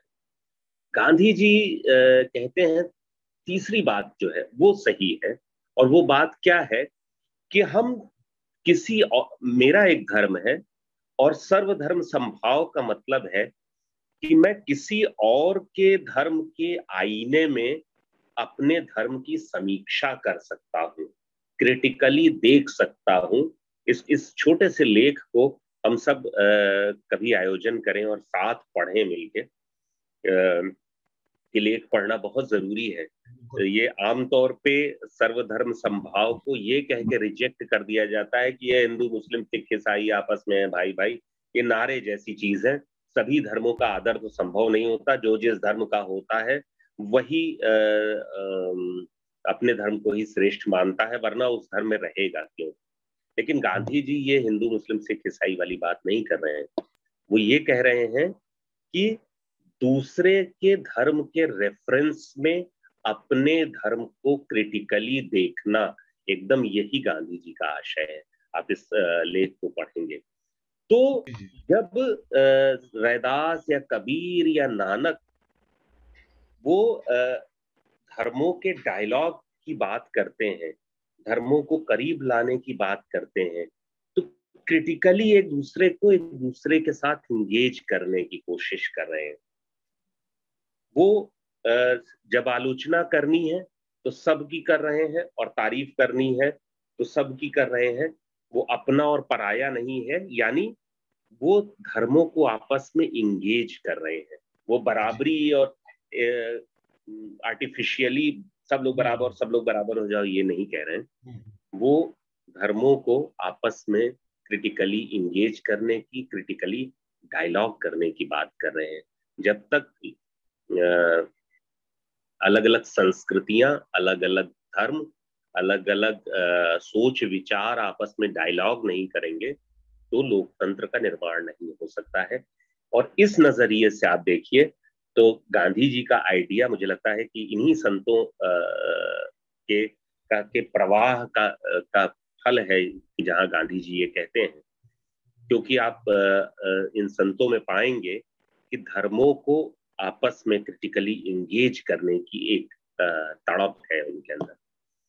तो मैं इन दो चीजों पे मूल रूप से जोर देना चाहता था कि उन्होंने जो मानसिक श्रम और शारीरिक श्रम का ऐतिहासिक एक विभाजन था उसको तोड़ दिया अपने स्तर पे, और उन्होंने धर्मों के और या जो भी लोगों की आध्यात्मिक तड़प है, आध्यात्मिक प्रश्न है, उनके बीच संवाद कायम करने की कोशिश की। ये दो इन संत कवियों का मेजर कंट्रीब्यूशन है, और रैदास इसके सबसे आगे के नायकों में से एक है। तो मैं अपनी बात इसी के साथ समाप्त करता हूँ, वक्त भी काफी हो गया है। जी जी जी जी। और बहुत खूबसूरती से अंशु जी ने मतलब ये सब पहलू रखे, और हमेशा नए पहलू आए सामने, खासतौर से जो गांधी जी का आपने उसकी बात की। अब हमारे बीच में राजीव गांधी फाउंडेशन के सीईओ विजय महाजन जी भी मौजूद हैं, तो बस अंत में उनसे बोलूंगा अगर वो कुछ कहना चाहें सर इस कार्यक्रम के अंत में। नहीं रजनीश, कुछ कहना नहीं है। बहुत सुन के बहुत बहुत आनंद आया। अंशु जी को तो हर बार एक नया अनुभव होता है सुनने का। Thank you very much. और वो वीडियो भी जो बनाया शाइन टीम ने, बहुत अच्छा था। Thank you. धन्यवाद सर। और अगली बार हम फिर दोबारा एक नए संत के जीवन पे लाएंगे। एक महिला संत होंगी महाराष्ट्र से, ताकि हमें ये भी पता चले कि हिंदी से बाहर के भी जो संत हैं उनके बारे में भी थोड़ा जानकारी मिले इस कार्यक्रम में। बहुत बहुत धन्यवाद। दोबारा मिलते हैं और उम्मीद करते हैं कि हम और लोगों को जोड़ेंगे इस कार्यक्रम के साथ। तो बहुत बहुत धन्यवाद।